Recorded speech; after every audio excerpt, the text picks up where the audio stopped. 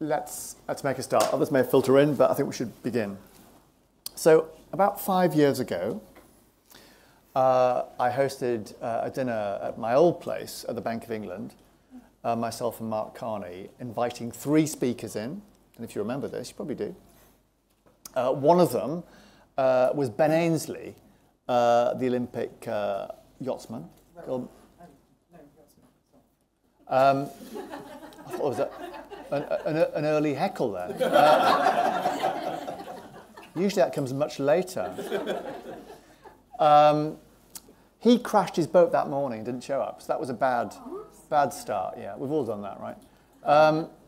The second speaker was Venki Ramakrishnan, who's the, you may come across him, President of the Royal Society, a Nobel Prize winner in chemistry.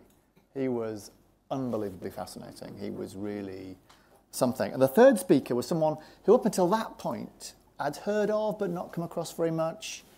It was a city trader come mountaineer, interesting combination, by the name of David Tait.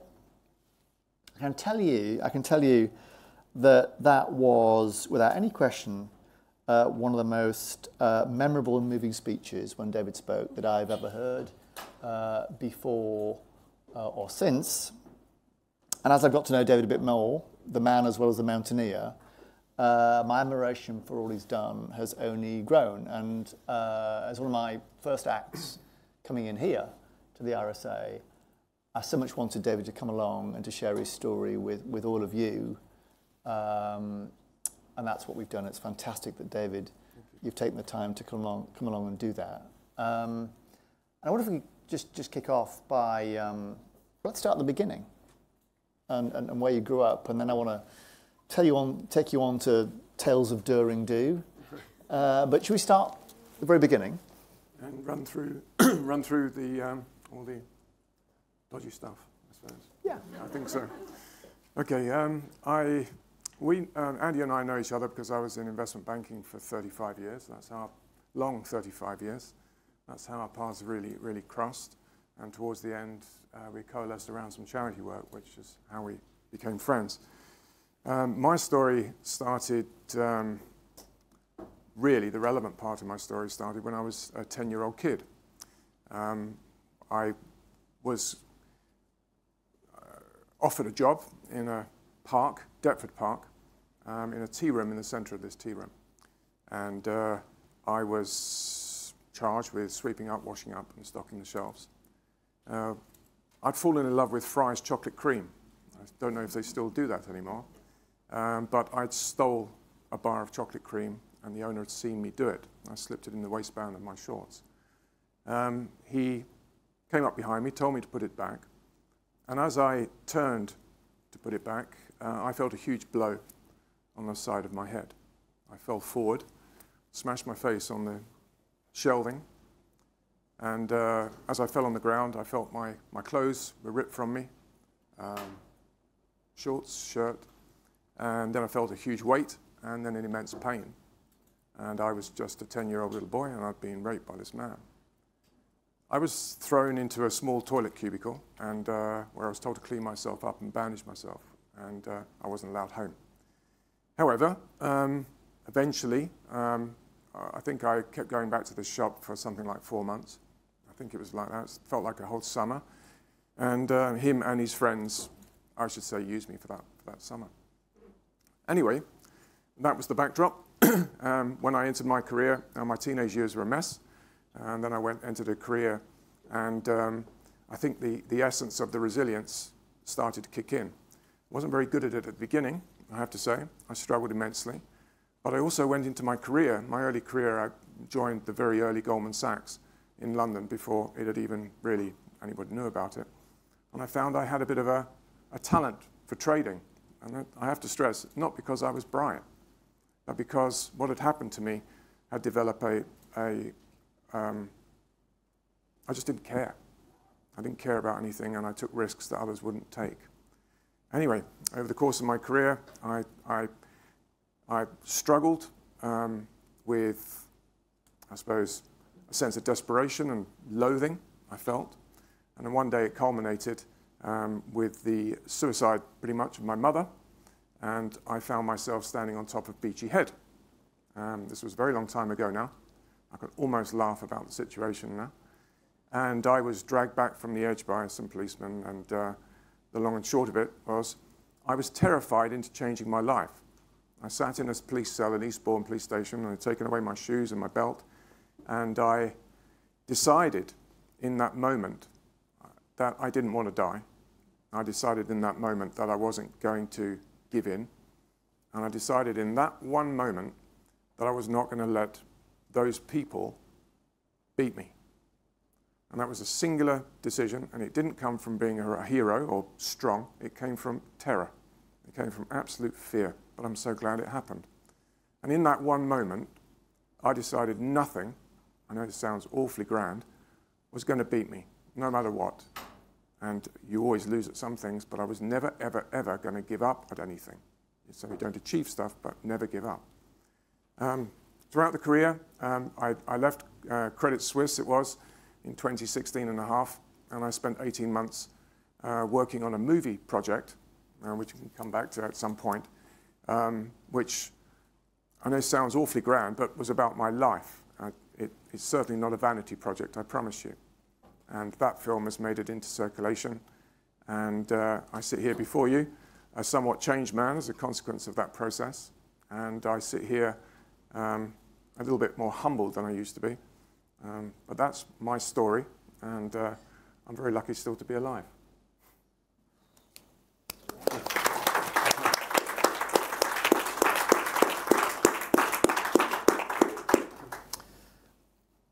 I want to come back to your story.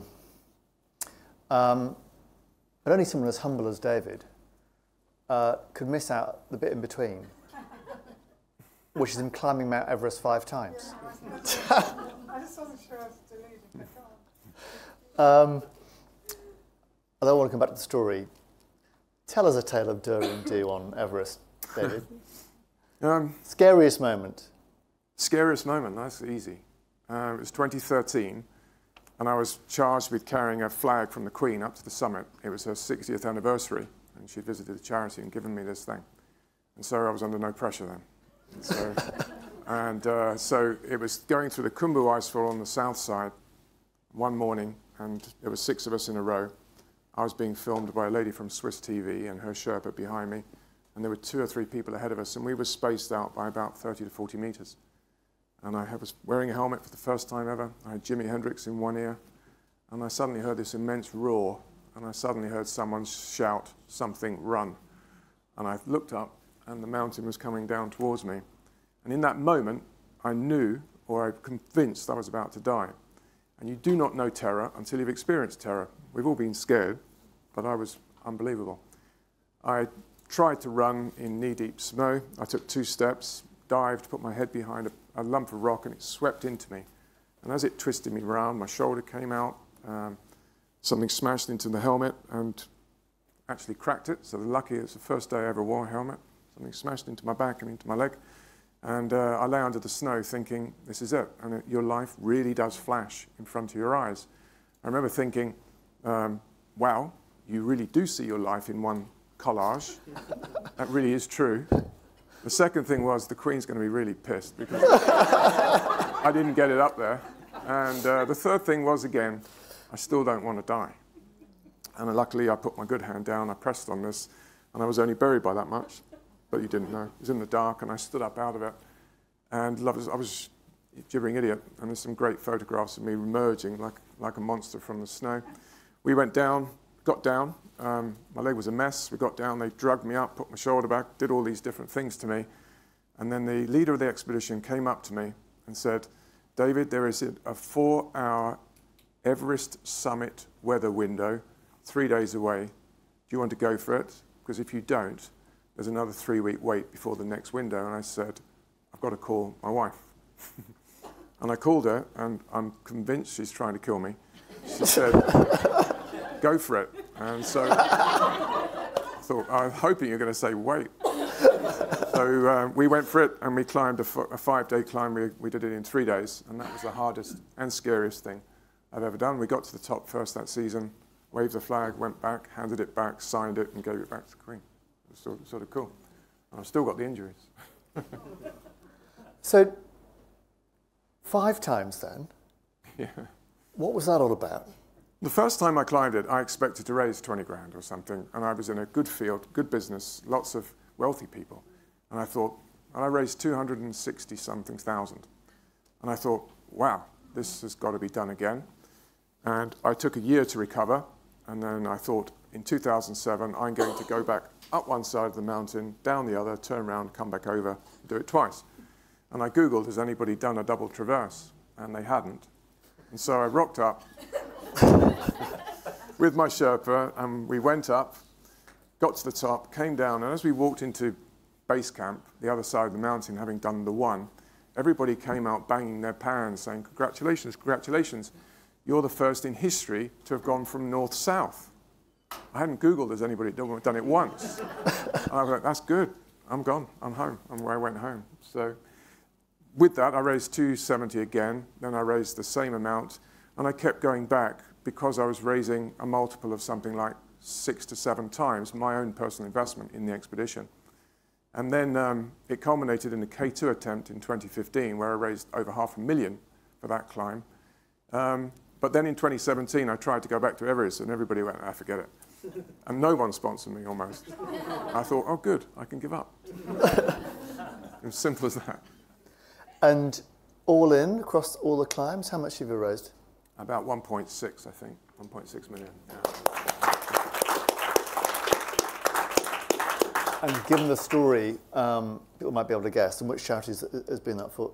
It's the NSPCC, which means an awful lot to me. It probably takes up 5% of my time because of my job, but it takes up 51% of me, I think. Yeah. Very important to me. And let's go back to the story, because it's laid out in this beautiful film, Sulphur and White. I wish I had the privilege to come along and watch the Royal. David invited me on to the Royal premiere, which was amazing. Maybe you share a few thoughts on not just the film itself, but the process of the film as well. 'Cause I know you've spoken to me about that before, what it meant to be reliving some of those experiences on the film set. Well, in 2007, once I'd done my single traverse, I got back and I needed 3 months off because I was beat up, and I decided to write it down. Just before that climb, I had sent an email to everybody saying I was one of those kids. Just that's all I put down. It was a monumental moment for me. And so when I came back, I felt charged to write it down. I thought I'd written a great book of 7 or 8 chapters of climbing, 7 or 8 chapters of idiosyncratic personal stuff, and I weaved them together such that when you got to the summit, there was this bad chapter aligned with it, and I thought it was utter genius. And I gave it to all the book. I expected to win all these prizes, and they all thought it was absolute crap. And they said, could you get rid of all the climbing? Because it's really boring. But if you could write 14 chapters of personal, you'd come back to us. And I was fit of hubris. I slung it in a drawer. And my wife picked it up and gave it to someone in the local gym whose husband wanted to make movies. And that's when it started. 10 years later, I ended up watching this incredible production and an immense amount of work to get it there. Probably the hardest achievement of my life. To get it to this point. And we were 5 to 6 weeks of shooting in London and around the UK. And then we departed for 2 weeks in South Africa, where I stood and watched Anna Friel play my mother and Dougray Scott play my father, and the most wonderful little boy, Hugo Stone, in his first acting role ever, play me. And just down the road from where I'd lived in South Africa. And words fail me as to how I felt during those 2 weeks. It was shocking, humiliating, beautiful. There are not enough words to describe the way I felt when I saw that being put together.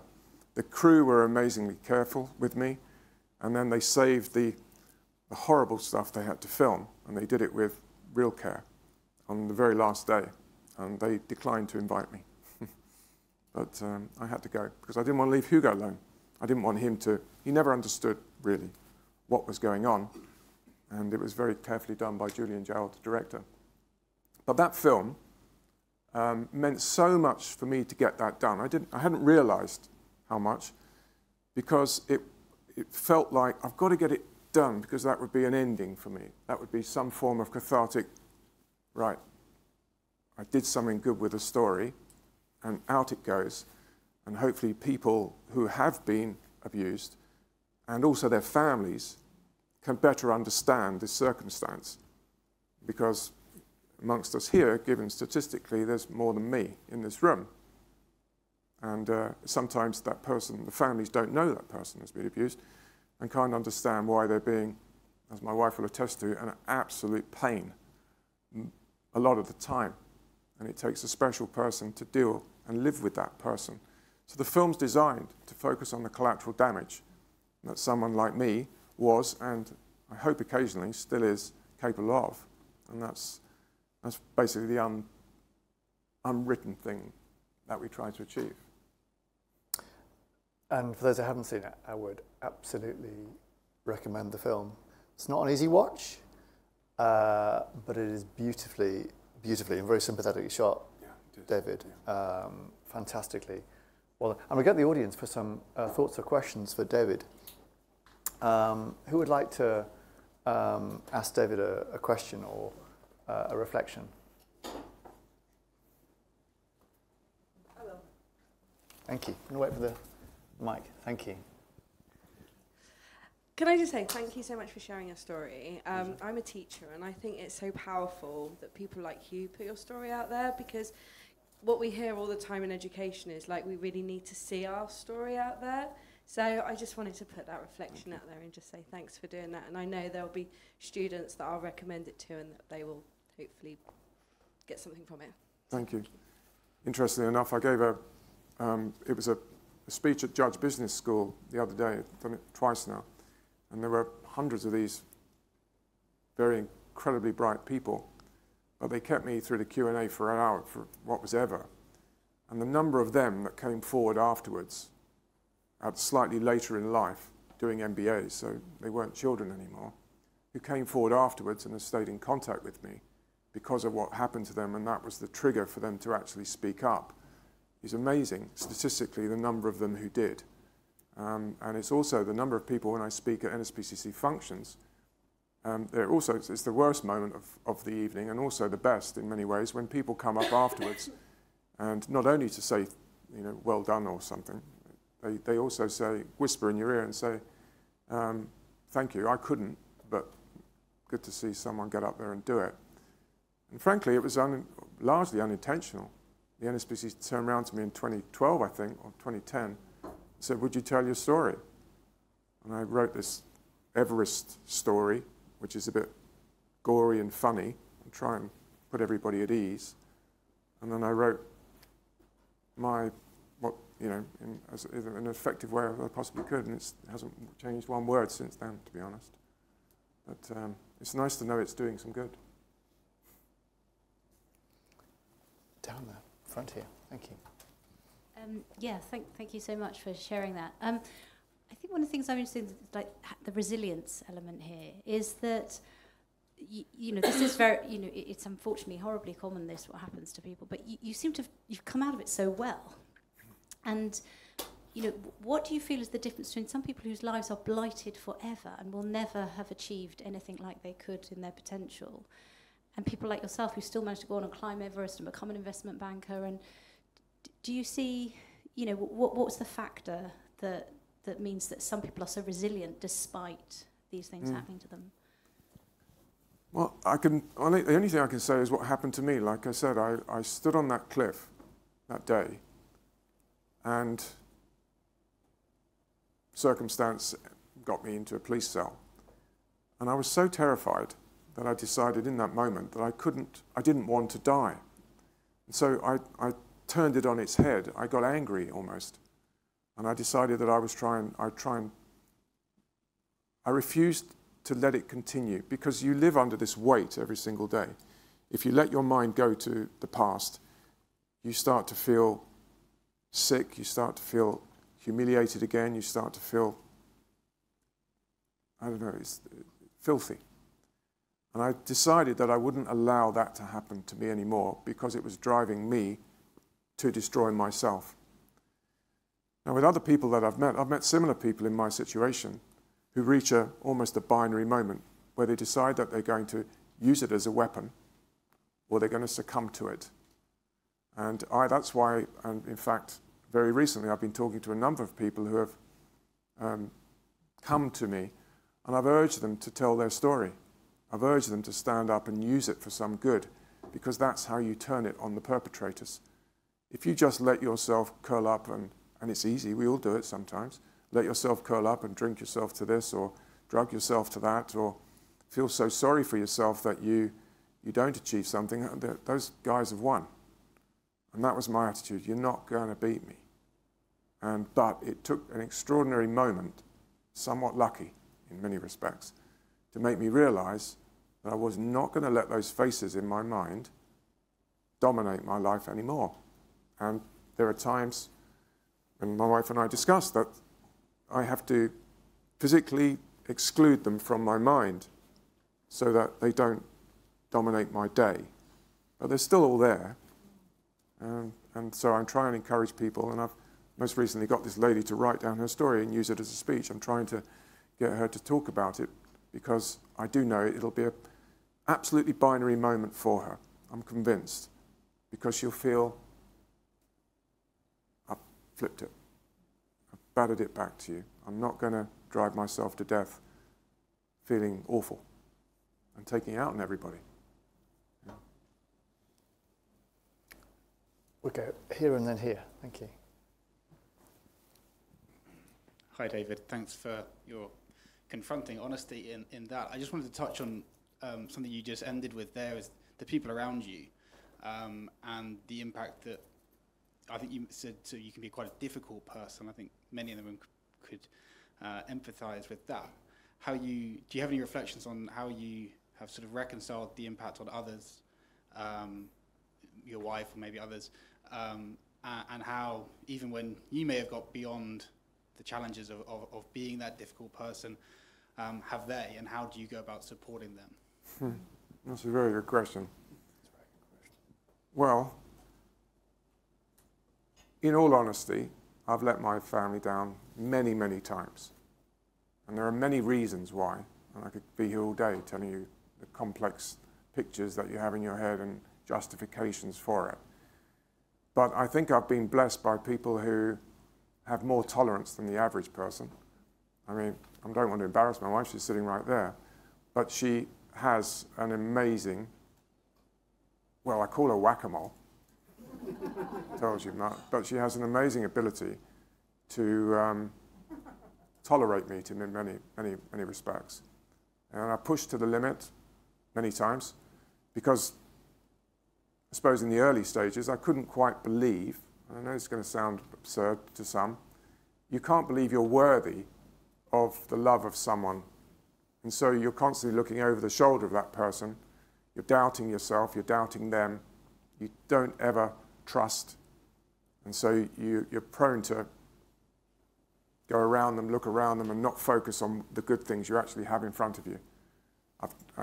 Vanessa, my wife will say that I push the loved ones away because I fear trusting. And I remember sitting opposite her once, not that long ago, when she said, "You still don't trust anybody, do you?" And I said, "I trust you more than anybody else."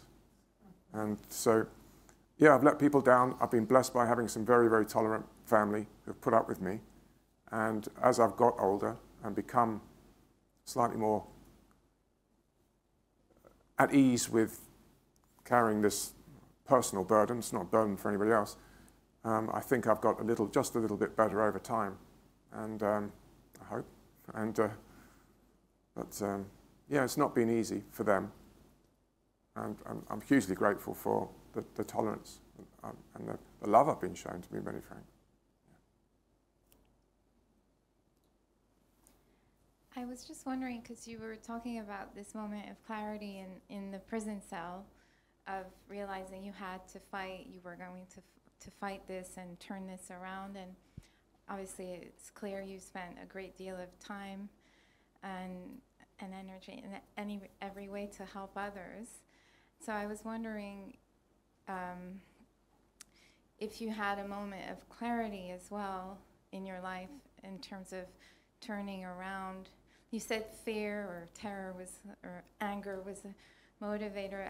Has there been a powerful moment or something you could share with us where you realized this need to help others was so helping you back, or you had to continue doing it, or maybe when you first started, when you had that first realization? Because you said at first you were quite reckless. I was just curious. The point I realized that how much benefit you can get from helping others. So it was a moment in 2005, it's pretty late on, I have to say, but when I climbed Everest for the first time, and I came back, and in those 6 months, they were euphoric. And I honestly felt like normal, I think, to most people. If you imagine a graph, I spent most of my time beneath it, I think. Best way to describe it, with occasionally popping my head above the 0 line. Whereas I think most people do the opposite, I think. And those 6 months, I was way up on the left-hand axis, and I was enjoying myself, but it slowly waned. And then as I continued to climb, I wasn't getting any pleasure really out of the summiting or the climbing, but I was getting pleasure out of talking and telling people and feeling that I was making a substantial effort, and I was making a substantial impact on people, and raising money for caring for children in court appeal, and for the Full Stop campaign, and then most notably the Lighthouse, the Camden Lighthouse, which is all about post-abuse help, and seeing something really tangible in my hands, and standing in front of hundreds and hundreds of people and giving these speeches and knowing it's had an impact, and working on behalf of the charity, was the substitute to climbing up a stupid lump of rock. And that's when I suddenly realized that using it for good was filling up my self-respect bucket, plugging it far more than a stupid mountain was, and the kudos of climbing a rock. It was really, I was feeling great about, like I said, trying to turn the story for a horrible story into something good, such that I can look at it with a degree of pride. I look at the film with a degree of pride, and I never thought I'd feel pride about this bloody story. But I did it, and I feel that good about that. We'll take 2 last questions down here. Just press the mic down. Thank you. Here first, then Steve. I wanted to ask about your first climb, and I wanted to ask about whether you have a recollection or an awareness of what happened to your mind as you moved higher and higher and into the vastness that you experience when you climb. And I wondered how far that stayed with you, and whether it provides a base in your psyche that you return to. It does in many respects, because I had no experience. I really pretty much the only mountain I've ever climbed. I showed up there, annoyed everybody. It is. So I annoyed everybody immensely by showing up and climbing it. Yeah, and you know, all these guys have spent. Anyway, I did. And so, pushing myself in 2005, I was not coming back without getting up there.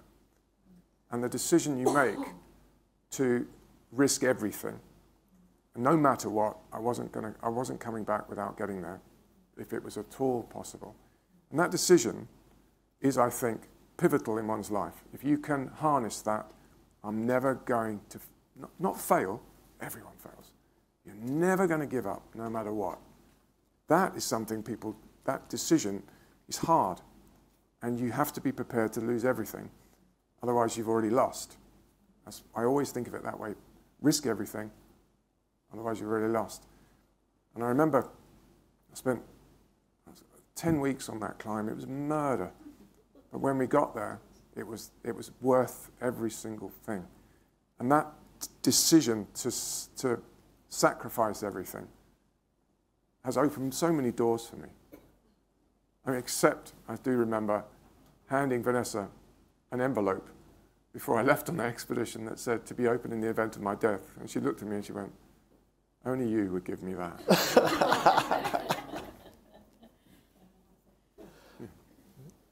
I'm going to risk being poetic, but it goes straight to something Rumi wrote, which is that you run forward and the way will fall open to you.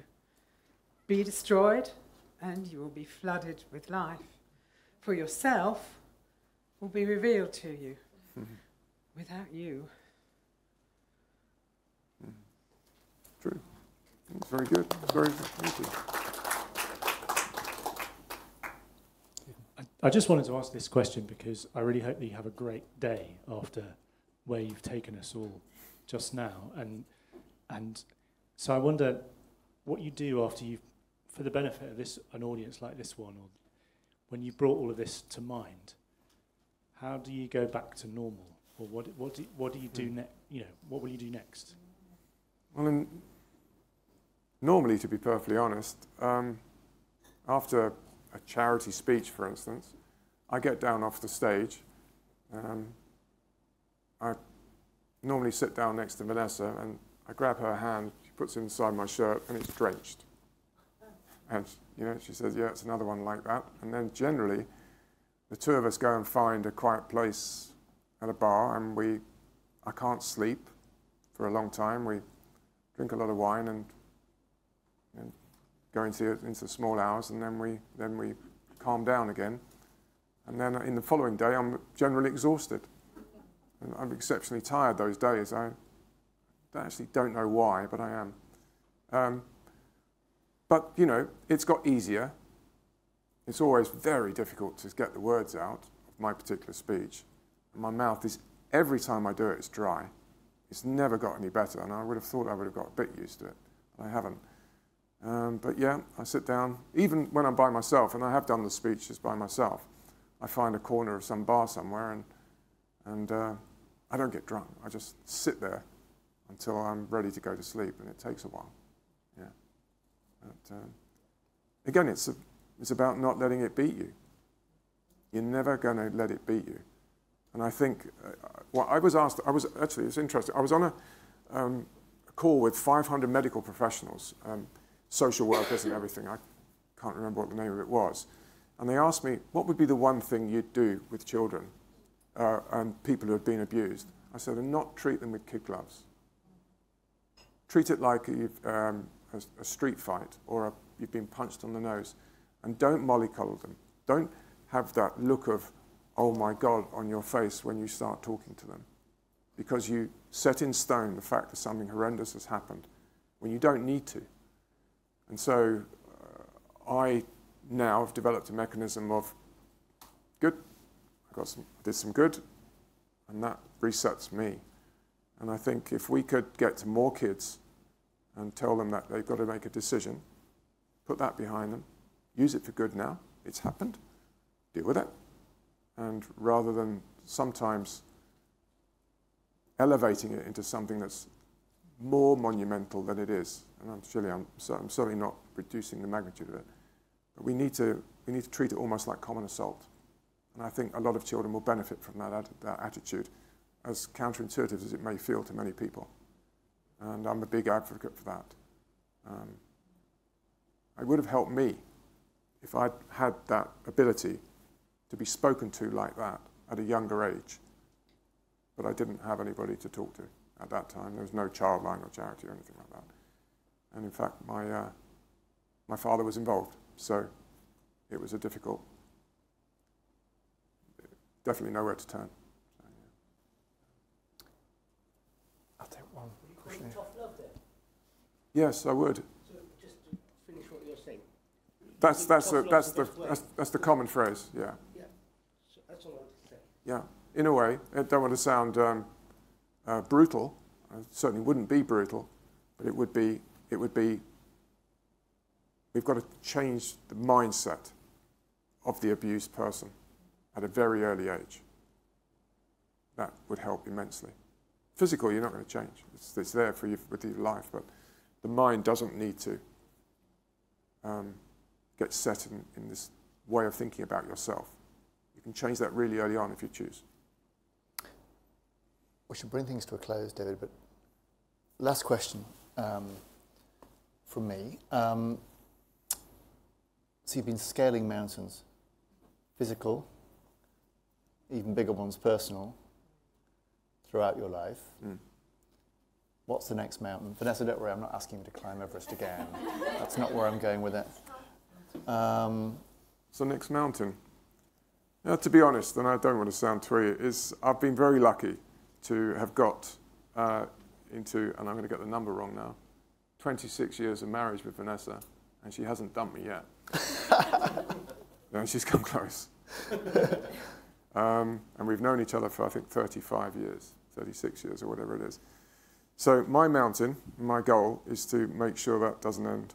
And I've tested her enough times, and she deserves better than that. Mountains, easy peasy, really, compared to looking after someone properly.